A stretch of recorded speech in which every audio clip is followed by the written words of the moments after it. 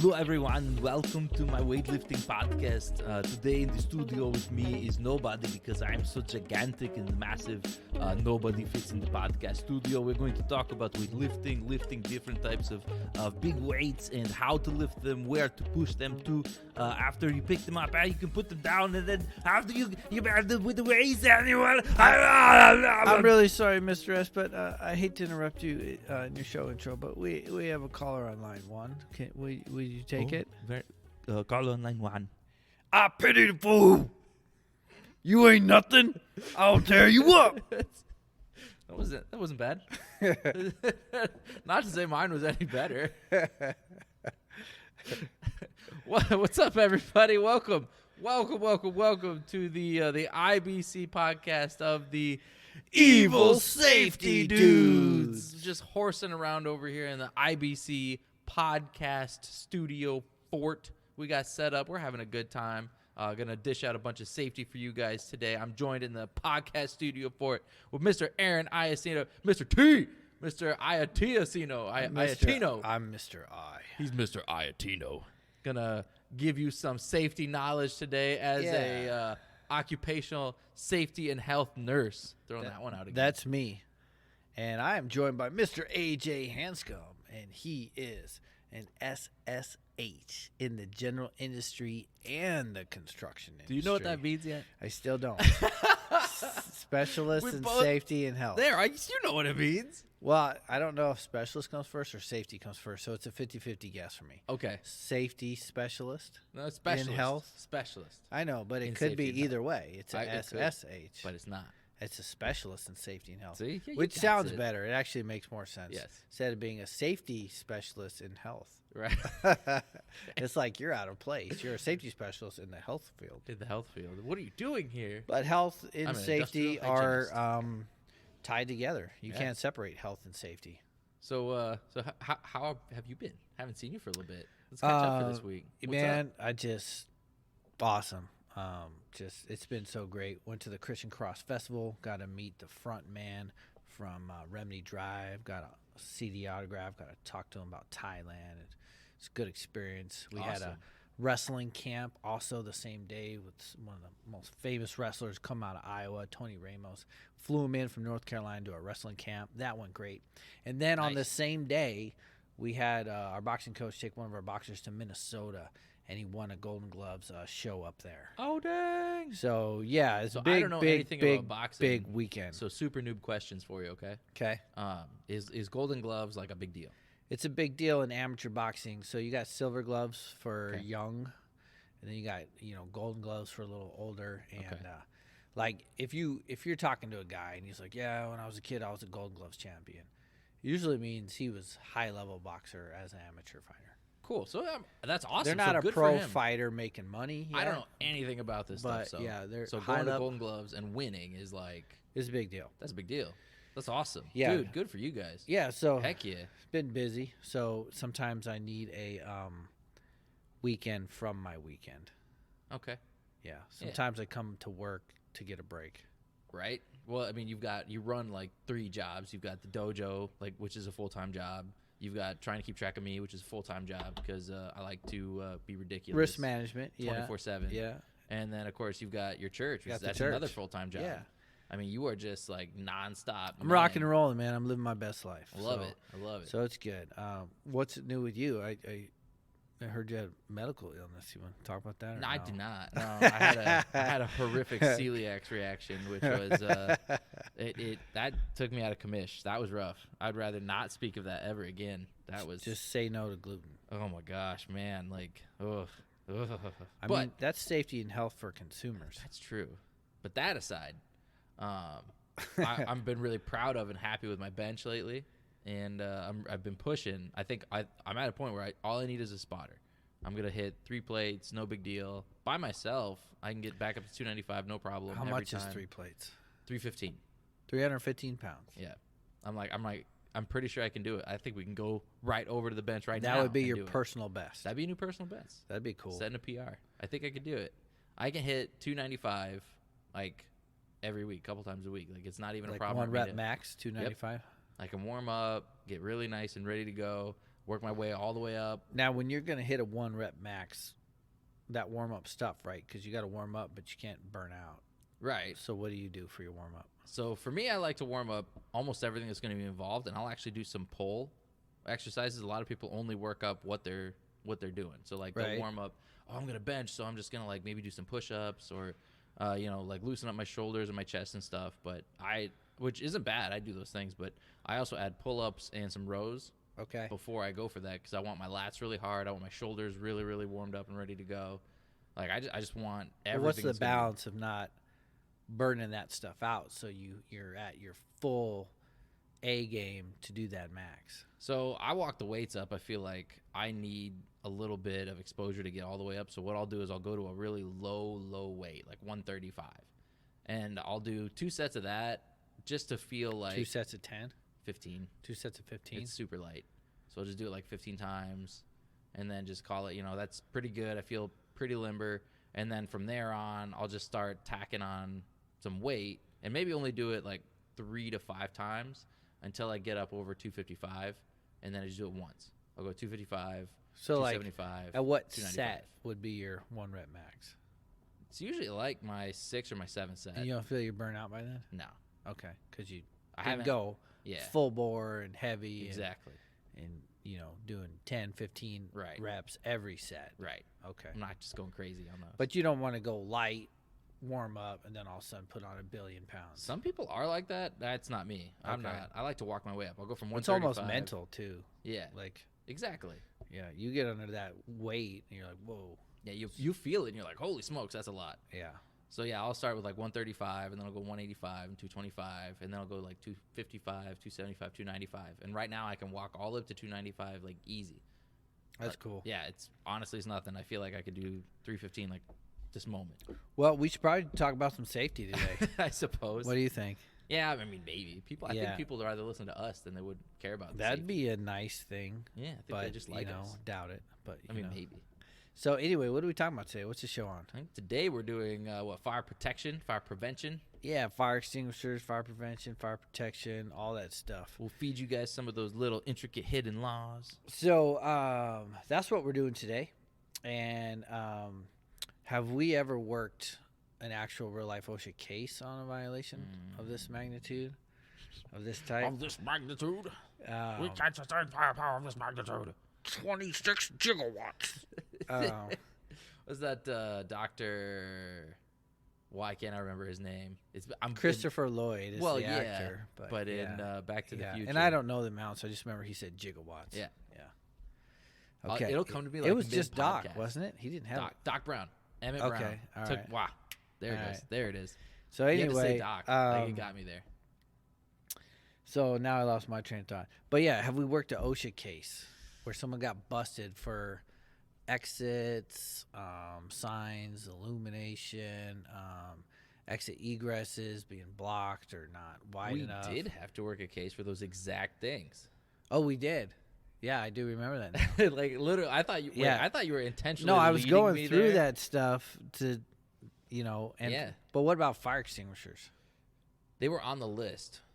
Like when we do safety audits, when they ask us to do a mock OSHA, Yeah.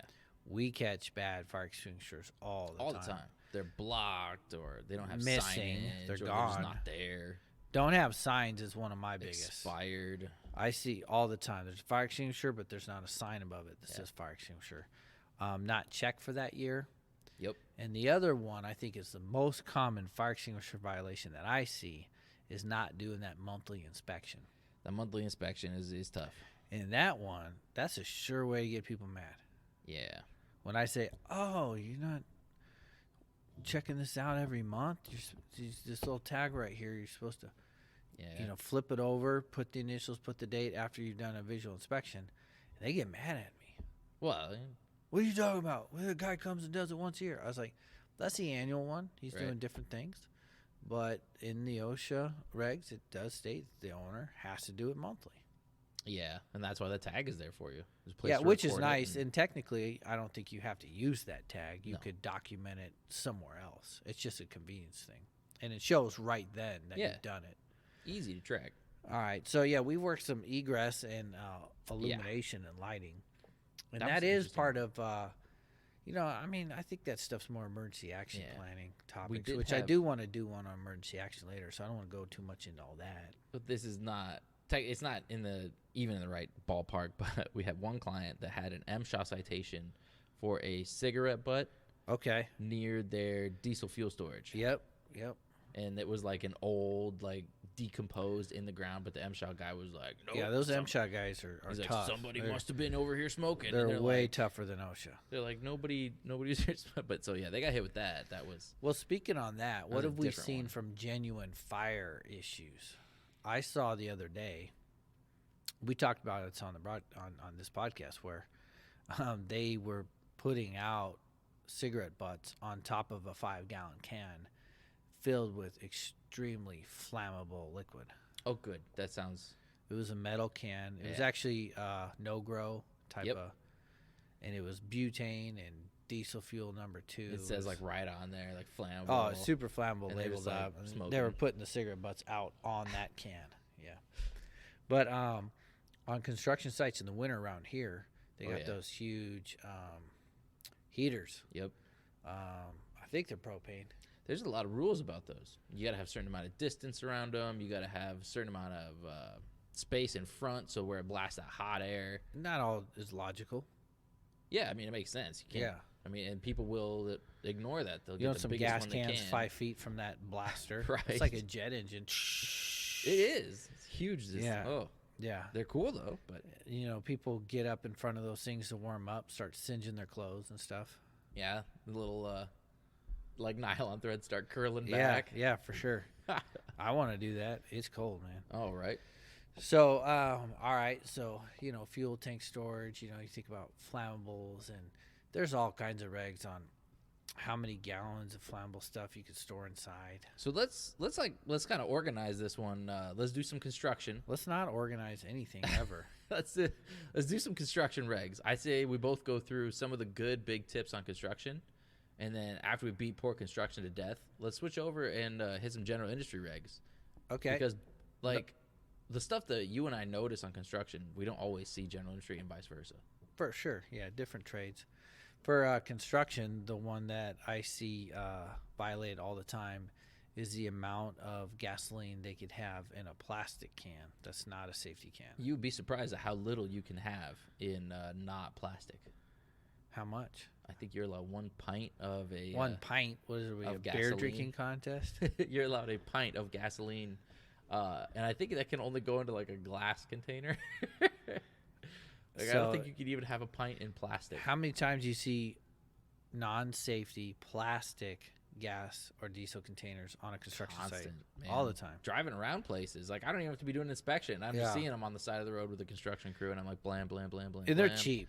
Well, yeah, And the metal ones are expensive. expensive. But what makes a metal one so cool, do you know? Well, there's so it can't just be a generic metal one. Like it can't just be like one of those big, cool 5 to 12 gallon like military jugs. Like it's got to be an actual Okay. safety can. Right?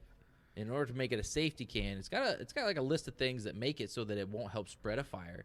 It's a lot harder to start its own fire, and those things would be things like, well, first of all, it's metal, so it's not just going to melt because of the heat like a plastic one will, and Right. the metal doesn't have the same problems with static discharge as the plastic ones do. And then it's got to have a flash resistant screen so that even if where it's discharging, if there were to be a spark or an ignition source, that flash screen will prevent it from traveling back up into the can and starting the can on fire. And then it's got to have a self-closing lid so that when you're done, it can actually close. So if you drop it in a panic, that lid's going to close shut all the way no matter what. Okay. It's also got to have a pressure relief valve so that if it starts to get overheated or beyond temp and it starts to expand and pressurize and become too much, it can actually pop off and release its own pressure so that it doesn't overpressurize itself internally. And all those things got to be there in order for it to be a safety can. And a plastic can meets how many of those? Approximately 0, Aaron. Approximately 0. So, However, there is a big however. I personally, to this day, have never seen one. okay. But supposedly, out there in the world, there exists this plastic. I don't even know if it's plastic, but I keep getting told it is. It's a DOT safety can. Okay. And Does it meet OSHA's regs? Because we're talking OSHA right now. OSHA put in their flammable storage reg, and we actually just saw this go by. We were taken in what was that last one? Hazardous locations. Okay. In that hazardous locations class we just took, Brent mentioned it and brought it up, that instead of, in lieu of an OSHA approved safety can, if you have a can that says DOT. Speaking of that, we got to get approved- James Henderson on the show. Oh, we got to get James Henderson. Yeah. Hooch. Yeah, We he's got to the get him man. on the show. Yeah, we got to start ramping up our guest speakers. But if you have a DOT safety can, that is also allowed. So an OSHA safety can or a DOT safety can. But I, to this day, have not seen the mythical DOT safety can. It's right on the back of that 2-seater forklift. Perfect. Do you remember in the OSHA regs where it's like, you cannot give anyone a ride on forklifts unless a designated seat is designed for them? I've Right. never seen a 2-seater I've forklift never seen it. ever. I'm I've seen so many different models, but maybe back in the day there was a 2-seater forklift out there. You know? maybe, but it's the forklift sidecar. Yeah, totally. And one person does the forks and the other person drives. Well, shoot, if I saw this thing on a job site, I don't think I would ever suspect this to not be a safety can. This is the DOT can. Yeah, that's pretty hardcore. That's a super You guys safety can't can. see it, but it looks like a metal safety can, but then it's got all these bars on the top to where if it were to It's like a safety Probably can to on steroids. tip over, it has better protection from maybe breaking open the safety latch and spilling it out. Wow, the DOT can is pretty hardcore. It's hardcore, probably twice as expensive too.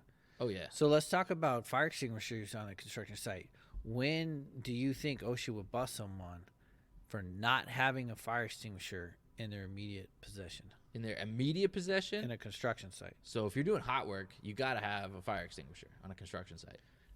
Do you? I believe you do. If you're doing hot work on a construction site, you got to have a fire extinguisher. So we're talking about fire watch, you know, and they got to have one or a bucket of sand or water. There's all these weird I think things in now there they for just have fire this thing where it watches. just says suitable extinguishing media. Right. I've never seen a fire watch with a bucket of sand. But all right, so if someone's doing hot work, that's a really good This idea. is my bucket of flame retardant foam. Yeah. Just gonna sit here with. And you throw it on and you miss. It just You like get one shot. you got to go scoop it up with your hands and smother the fire. So hot work meaning like welding, cutting, torching, brazing, Yeah. grinding, Sweating, not hot work. not AJ sweating, but like sweating Unless pipes. you're sweating flammable vapor, this liquid. Yeah, we were actually we were over in Storm Lake, and we had an OSHA walkthrough with an OSHA inspector and an industrial hygienist, and one of the crews there was sweating pipes while we were there, and she actually was like, "Where's your guys' fire extinguisher?" And then what was great was the second guy actually walked around the first guy, and he was holding it. Nice. They were like, "All right, carry on." Did I ever tell you the time a sweating employee caused a guy to strip naked on a site? He stripped because he was sweating. No. But sweat caused this Butt guy. sweat caused it? No. No. Sorry, One I couldn't employee's contain myself. sweat caused another employee to strip naked and run around freaking out. What? All right, I need to hear the rest of that story. Are we doing it right now? Why not? Yeah, tell me the So story. this guy was working in a boom lift, and he was working over an employee, Okay.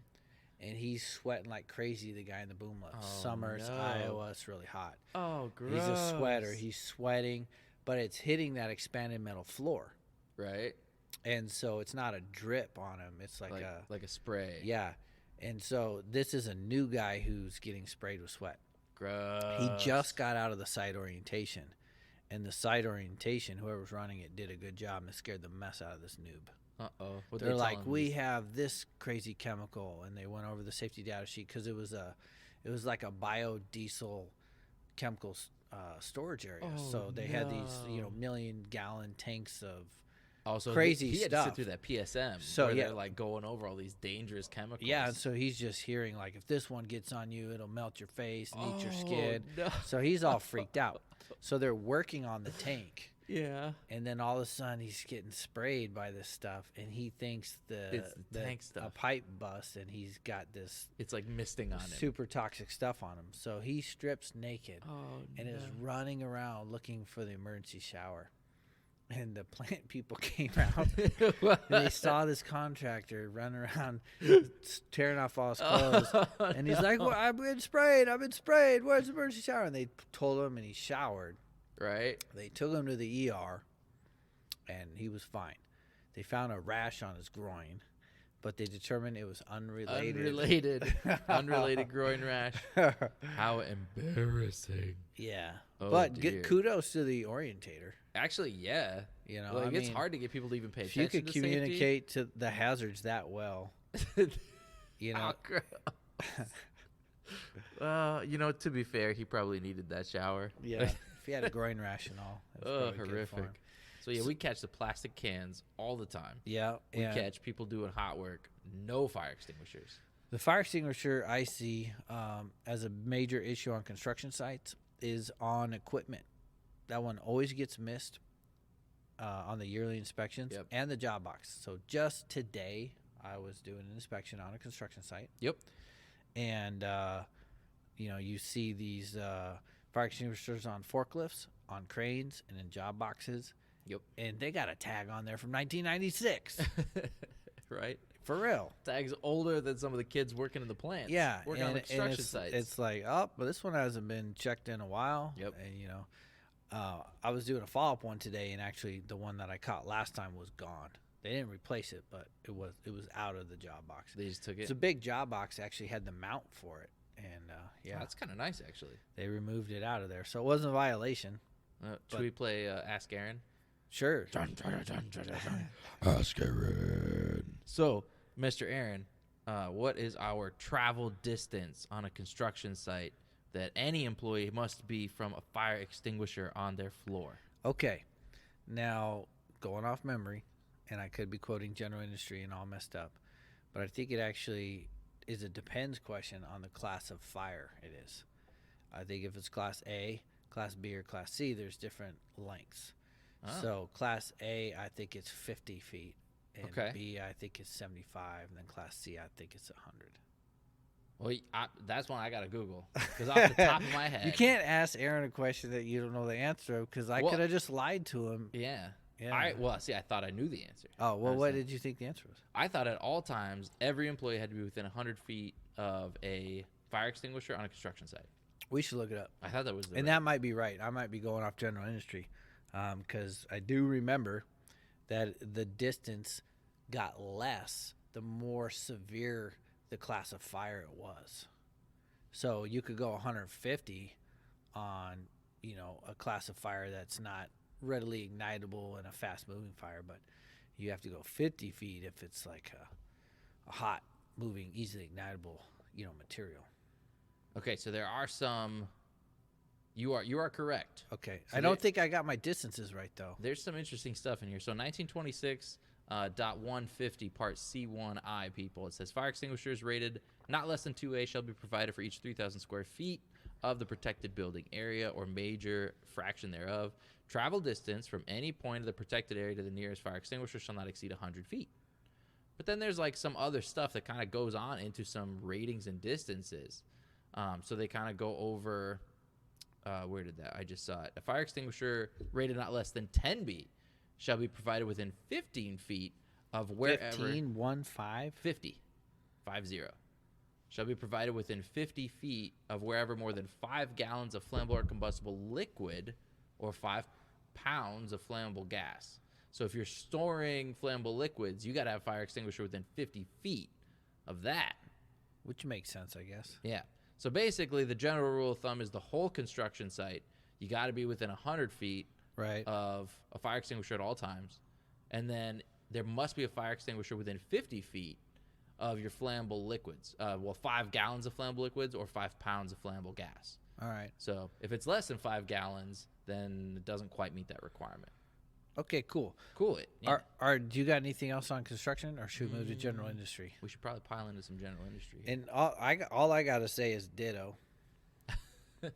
Well, there is a distance change. Your general industry goes down to 75 feet. Okay. You got to be within 75 feet. And then on a general industry site, your fire protection always goes to that, of course, never having flammables under stairs. Right. We got those big rules for you can't have, holy smokes. I was literally just looking at the number today because I did a walkthrough. 50 gallons outside of a flammable storage cabinet, 25 gallons. I think it's 25 gallons outside. I just flammable throwing storage numbers can. out there. I didn't even know the question. I'm so good I can answer the question without knowing the question. No flammables or combustibles stored on your travel path or near an exit, and also avoiding vehicular traffic. Okay. What I see get a lot of people is those that run propane forklifts inside, and they got their full cylinders, their extra ones, and they could get over that gallon requirement pretty easy where they store it inside. Yeah. But a lot of our clients are actually compliant with that. Their full propane storage is actually outside. It's outside. But there is a requirement of how far it has to be from a building, too. We just learned that. Did we? We did. And what do you remember it? You can't store propane within 10 feet of a building. I do remember that one was one of the requirements. One. I don't know if that applies to the propane cylinders or if that's just those big Oh, if that's tanks. just the big tanks. Yeah. Maybe there's a weighted size. But I've seen them up against the buildings. Yep. I've seen them far from the buildings. It should serve as a good reminder, though. If you work general industry and you guys have those tanks, there are regulations on where they have to sit, how far from the building, fire protection for them. And we didn't tell you any of that stuff, so you have to look it up. Yeah, we are the evil safety dudes. We could really lean into the evil aspect of it. Look it up yourself. I did see a client for sure. They're no longer a client technically, but they were for sure in violation of that. Oh. They were storing a ton of them propane cylinders inside. Oh dear. They were over that amount where they could be stored inside. You know what else I see and a lot? I said, why aren't you storing these outside? And they said, because we're in a bad neighborhood and they would get stolen. And I go, well, I feel you and your predicament. However, if I was OSHA, not doing a fake mock OSHA audit, if this was a real OSHA audit, they would snag you on this. Yep, easy. And they were like, well, we're going to, accept that risk because we can't have our propane cylinders get jacked all the time. Yeah, that would suck. That was in Lincoln. That would suck. Yeah. Another one I do see all the time, though, is people not storing their oxygen and acetylene cylinders properly. See it all the time. Yeah, I mean, that's in fire prevention, right? Yeah. We got flammable, non-flammable gases got to be stored over 20 feet apart, and Your flammables and your oxidizers. Yeah, and or separated by a 5-foot-high fireproof barrier rated up to 1/2 hour. 1/2 hour. But yeah, we see that one all the time. You see the green and the red bottles put together. Yeah, I saw some red oxygen bottles a couple weeks ago. I did see a red oxygen bottle myself. That was weird. I was somewhere super weirded out. Yeah. Oh, I remember where I was. Yeah, I was doing. I wasn't even there doing mock OSHA. I was there doing a forklift instructor course. Oh, nice. But we're walking through, and I can't turn anything off. Right. Yeah. So you see it. It's like and the big dog was with me, and he saw it too. So we both walked over, and it was non-flammable. We're like, that's weird. Yeah. We're like, what the heck? Yep. I've been seeing that. New guy filled it with the wrong stuff, probably. I don't know at the refill station. All right, so yeah, as far as general industry too, I said earlier that not having that sign above it is a big one for me. Not having that monthly inspection, super big one that I see all the time. That sign has to be visible. So like if you put a sign over your fire extinguisher and then walk 5 feet away from it, 10 feet away from it, you can't see the sign, they'll actually hit you on that. They'll be like, what's the point of that sign? People always ask me, what's the big deal with that? And I said, well, if you're in the middle of this floor, you need to be able to know where fire extinguishers, and you won't always see them at the heights they put them at because of visual obstructions. Well, the idea is, it's a panic situation too. But that sign is above it all, and you so spot it. You should be able to see that. Yep. Yeah, for sure. So I mean, it's a valid thing. I heard, I remember they took the height regulation off the books. Right, because they want it to be more or less about where you can see it, not just some number. Yeah. So I used to have to check the heights. Yep. But that's gone. Now you don't have to, people. Yeah, it's still in the NFPA though. Visible. It's not in OSHA anymore. Yeah, NFPA. There's still an NFPA reg on it. They didn't want to change. They were like, nah. I mean, it makes sense. You shouldn't put them on the floor. You shouldn't mount them like I'm gonna put 1 inch on the floor. My fire extinguisher arrow on the floor. It'll be fire extinguisher this way. Yeah, it should be, where you would grab it. Exactly. I had a question come up. I didn't know the answer to it. Ooh. Those boxes that the fire extinguishers sit in? Oh, like the little in the hospital. Yeah, okay. Yeah, schools. Sure. They didn't have signed. Okay. but that box is pretty obnoxious, like conspicuous. Okay. It's got big letters on it, fire extinguisher, and they're like, I was like, oh, you got a fire extinguisher, no sign, but they're like, this box, can Should that be the count sign. as the sign? I mean, But you'd I'm have to, thinking I would have yeah. to reread that reg if it says the sign must be posted above it. Right? Yeah, you'd have Then to. it wouldn't work. We have to figure it out But I mean, without checking it. At the this moment. was a hallway of a college, right. so unless it was filled with students, Right. I could see that thing 50 feet away, easy. Easiest spot. Yeah, but technically, if the rule does say they have to be mounted above it, it would have been a violation. So maybe at that point it'd be one of those where it kind of comes down to how angry did you make your OSHA inspector? Yeah, or if it just said it has to be above it, it wouldn't Right. work. But yeah.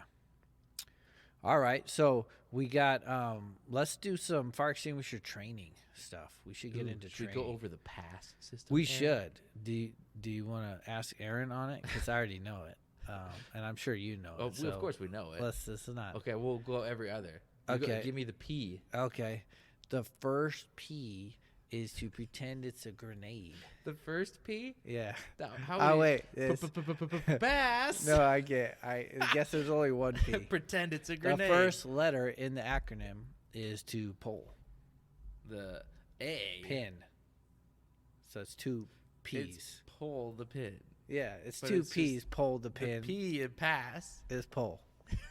Like a grenade. The A is the A is aim the nozzle at the base of the flames. Yep. And then the first S. First S. is to sweep. No. Pull, aim. Oh, squeeze. There he is. Sorry, squeeze. Squeeze You gotta what? squeeze the handle. Squeeze the fire extinguisher. Really hard till it pops. He squeezed the handle. And then the last S is sweep side to side. Yeah. Right?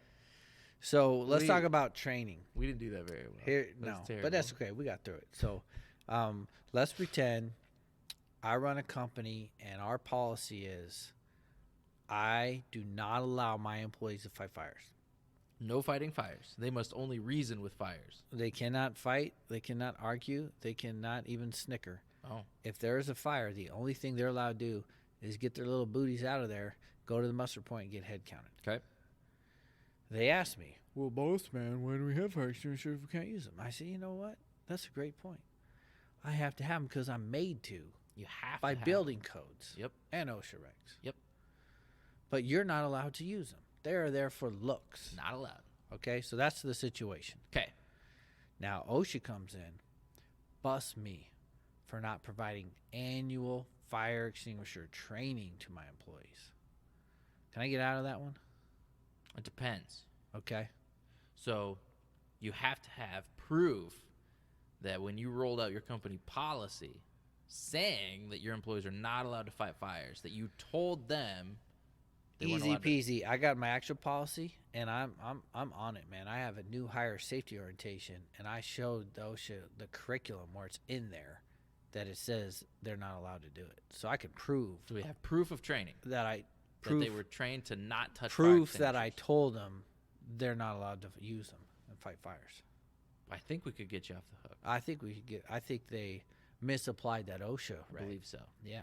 Because only once you cross into the zone of your employees can use them, Yeah. now you must continue to train them every Yeah. year. Annually. That's Annually. an annual one. Mm-hmm. But once you tell them, hey, that's it, company policy, no touchy, that's it, then we're done. I've seen some new tech come out in the last 10 years on this training. New tech on the training? Yeah. Oh, all right. It's video game style. Like you play a firefighting video game? Yeah. Cool. You have a screen, big screen. You have a fire extinguisher, but it's not real. Okay. It's weighted, but it doesn't have powder in it. And at the nozzle is a laser emits out of there. Okay. And when it hits the screen, it's, a little circle. Okay. And so it's a program, ridiculously expensive. Of course. Maybe they've come down in price, but when they first came out, super expensive. So I have different fires I could put on there, but I got a fire on the screen, and the employee grabs it, and they got to squeeze and they got to aim and they got to put out the little fire. It's It's like a race on kinda your goofy, but- computer art program. how- Yeah. you know, it's like really hard You're to like erase. erasing the fire. Yeah, With the fire extinguisher. yeah, and that's kind what of they adorable. do. And you can do it indoor any time of year. I suppose. I mean, it's, It's a video game. convenience factor. I would just put it in the break room and be like, all right, best firefighter. I'll buy him lunch. Yeah, fastest fire extinguished. Yeah. I've also been a part of the traditional stuff where we've taken all employees outside. It's hot, it's sweltering, they're all in a It's line, not fun. and we have 20, 30 fire extinguishers out there. Yep. And we got a professional, A professional. and he has a metal tray. Right. And this guy used a mixture of half gasoline and half diesel. Interesting. And he had a very long lighter, and he would light it. Or sorry, went like this. Yeah, that's There more you go. appropriate. Yeah. And then the employee would come up, grab the extinguisher, put out the fire, and then go back to work. And then Man. the guy would take the long lighter, boom, relight it. Next one would come up, put out the actual fire, Man. so on and so forth, all day long. So better training. Yeah, superior training Yeah, for They sure. all get to use a fire extinguisher. They got real life experience. But expensive, a little dangerous. Crazy expensive. Safety factor is definitely a big deal there. Yeah. Right. Starting 30 fires. I asked the guy, why do you do a mixture of gas and diesel? He said because the gas keeps it relighting over and over again, but that diesel makes it so it lasts. Like if that was all gas, You just disappear. it'd be like boom, gone. Like you know, be dangerous. You have to keep refilling it. With one tray of gas and diesel, he can get a lot of employees through it. Wow. That's Yeah. kind of cool. I'm Yeah. surprised it like lasts even after you keep blasting it over and over and over. That's Yeah. pretty neat. Yeah. So there's different ways to training, but you got to train if your policy says that they are allowed to use it. Sure. Bottom line there, and it's an annual training one. Let's talk about fire extinguisher inspection, that monthly one that the owner, Yeah. is required to do. So let's say you're the owner of a company, you allow your employees to fight fires. You want to make sure the fire extinguishers are working. You have them all appropriately placed in the right distances. You're doing training, but you want to make sure these things are operating. Yep. And so you want to train everybody, or at least a few people, on how to do that monthly inspection. Right. What do we tell them to inspect? Well, I mean, so let's start. Probably the first thing, honestly, like if I was going to walk somebody through it, what do you inspect? First thing is that pull tag. Has the pin been pulled? Pole tag? Yeah. There's Oh, like I know that what you're little talking plastic. about. Yeah, it's like got beads on it. Yeah. So like Yeah. if you pull the pin out, then you know Yeah. somebody's tampered with it. Yeah. Check Check there. the pin. Check the pin. Check that little pull tag. Flip it around then and check your gauge. Does it stay full? Does it stay charged? Whatever your wording is. Undercharged. In the green area. Yeah, it should you be know, in the green. Has it passed out of that and is now in one Straight of up the red and down. areas? Either Yeah. way, it's bad. Right. Undercharge, overcharge is So bad. check the pin. Check your meter. How's it read? your gauge. Look at your handle. Make sure your squeeze lever. Make sure it actually still is down. It shouldn't be broken. It shouldn't have been run into. Okay. It shouldn't be like dangling off. Right. Don't shoot it though. Don't shoot it, but it should Just still give be it. It's a attached. visual inspection. Yeah. Right. Check your hose. Make sure it's not like obstructed. Make sure it's not like pinched shut, or if it's not been like damaged or ripped. Because if you're going to point it at something, it's got a big hole in the side. Now it's not gonna have good Yeah. pressure. That'd be funny. And then you got to pick it up and actually look around the rest of the whole extinguisher. Make sure there's no weird bulges or dents. Make sure the rest of the extinguisher looks intact and functional. Yeah. Nothing weird. I also check for white powder under the nozzle. Yeah. I've Has it- seen that a yeah, lot. Started to like discharge or leak or anything. No, people put out fire, hang it back up. Don't tell Wow. nobody. Yeah. But And it always leaks after You'll you find use that it for once. sure. I also have them make sure it's there. yeah. Our fire extinguisher's fine, Aaron. Are you I've walked sure? around with people doing these before, and there's 40, and they got this little binder, and there's a sheet for each one, Yeah. and there's a location for each one. We're walking around this insane large building, a plant or Yeah. something. Trying to find 40 You get fire to extinguishers. 37. There's a little map where 37 is. You go to 37. You see the little hook for it, and you see the little sign for it, but it's gone. So there was a fire, and somebody took it. Or just someone jacked it. I you know. need this. Well, this was Come home public. with me. This particular one was in a public stairway. Oh man, so anybody so could just anyone walk could by just and take it. Yeah, just for It's not like whatever reason. they can't be locked on there. You're right. So that would suck. Totally defeat the purpose. Yeah. So that's a big one for me is make sure it's there. Yeah. All right. Now, what do you know about that annual check? What does that professional do? Well, it depends on the type of extinguisher. I know there's a type of hydrostatic check they can do. So sometimes they have to. Hydrostatic? Yeah, they actually have to send it into the. I don't know if it's a manufacturer or whoever, but I don't know if they can do it themselves. But they got to check and make sure that. Isn't it like a pressure or something like that check? Yeah. But then. But I think that's like every 5 years. They got to do that one. They have to do a hydro or pressure check to make sure it can still handle the pressure. Mm-hmm. And then there's it's like you paintball before, right? Yeah. Those cylinders of CO2. Mm-hmm. You know, there's like different. Like there's an annual check and a 5-year check. Okay. On an annual check, it's pretty simple. You ever walked around with a guy who doesn't? Oh yeah. So depending on the type of fire extinguisher it is, there's different things they do in the annual check. Okay. Like on your dry chemicals, they'll bring like a little rubber mallet. Yeah. They'll turn them upside down. They'll bang on them. Yeah. And make sure that powder is still powdery on the inside. Hasn't started to pancake. Not caked. Yep. The water ones, I think they just make sure they're moving or movable. And then I think they still pound on the carbon dioxide ones as well. I think they try to loosen those ones up and pound on them. I don't know. I've just seen them hit the ABCs. Let's go over the types of fire extinguisher. What's the most common one out there? I think ABC is the most common. And what type of fires will ABC put out? Abaca. ABCs. What's a Class A fire? Class A is solids that burn. So wood, plastic, paper. Yeah, and I remember A for ash, right? And then what's a Class B fire? Liquids and gases. Scary ones. Gas and oil. I remember by B for boom. Okay. This is an interesting. I like this. What's a Class C fire? Electrical fires. And I remember C for current. Interesting. Yeah. All right. Ash, I like boom, those. current. Ash, boom, current. What's A, B, C, D? What's a Class D fire? Those are metal fires. And I haven't come up with a cool one for that. Like I did, but I forgot it. Oh no. Like 10 years ago. So metal fires. And I ask every class, hopefully somebody will come up with a cool D that has to do with metal. Ash, boom, current. And like nobody has. Like Mm. I gotta go back to where I learned those first easy memory tools and what did they have for D? Well, D would be your solid metals that can burn. So things yeah, like if it's a metal fire, it's bad. So you could just say darn. Raw sodium, cesium, Or- potassium, magnesium, aluminum shavings. Yeah, metal fires are bad. Metal fires are bad. It's hot fire. And they're hard to put out if you don't have the proper. All right, A, B, C, D, E. What's a Class E fire? There isn't a Class E. Yeah, I don't fire, think there But is. there is a Class K fire. Class E, F. There's no A, B, C, no F, E, F, G, no G, H, no, I, no. K. Yes, So they really wanted K to work for they did. kitchen. Kitchen fires. Yeah. Well, because I think they previously used to call kitchen or grease or organic liquid fires. They would call them just type Bs. Well, it is a B. Yeah. Kitchen But- grease is an oil. It's a boom. But It's a- type B fire extinguishers didn't do a great job of putting out. they work, but they weren't. Yeah, just they in didn't do this- a great job. in this specific yeah, category. yeah. They did find a different extinguishing media that Yeah. worked better, specifically on kitchen grease. They Yeah. made the K, Barbecues, oil, the Class K fire extinguisher. and it works great.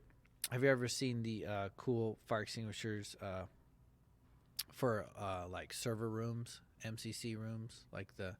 I've seen the great big Class Cs that take out all the electrical fires that Yeah, they have over there. they Those have huge this, carbon dioxide fire extinguishers. Oh no, they have way cool chemicals. Every time they get a good one, then they ban it because they find out it causes cancer. But Yeah. halon is one extinguishing media that I can think of off the top of my head. I don't even know what that is, man. I saw a guy at a safety trade show. He had a clear glass, and he would take his cell phone, and he would give somebody his number, and he would put his cell phone in the liquid glass. Oh, okay. It's completely submerged. And this is back before the phones were waterproof, because this wouldn't be a cool trick today. Right. But we're like, oh, dude, you're crazy. Nice new cell phone, like glunk. And he's like, call it. And underwater, you'd see that, it His phone ring. would ring. Yeah. Oh, it's And he crazy. would pull it up, and it's completely fine. It's a liquid that does zero damage to electronics. That's cool. And they would have that in some of those server rooms. or in some of the sprinkler systems for And then those. it would just like put the fire. It would out. put the fire out, but wouldn't damage electric But equipment. now they're like, no, servers can't have and that. data. You know, it's all about data. You know, Have and that data, baby. can't lose that data. Can't so lose that data, baby. they need to have that special extinguishing media. If they could get a really good one that doesn't like kill you and cause cancer to all the people that have to handle it, that'd be better. Mm-hmm. All right, well, I think we've done a good job exhausting fire extinguishers, fire prevention. Yeah. You know, at least fire extinguishers. Fire extinguishers. Fire Yeah. prevention. I want to do a separate one on emergency action plans, Yeah. protocols. And that's why I was like trying not to dive too deep. Yeah, into because it, then we that could would get be- real deep in all that other We stuff. changing the subject. Cool. Well, everybody, until next time, Mr. AJ Hanscom and Aaron Icino, we are the Evil Safety Dudes. Stay safe, everybody.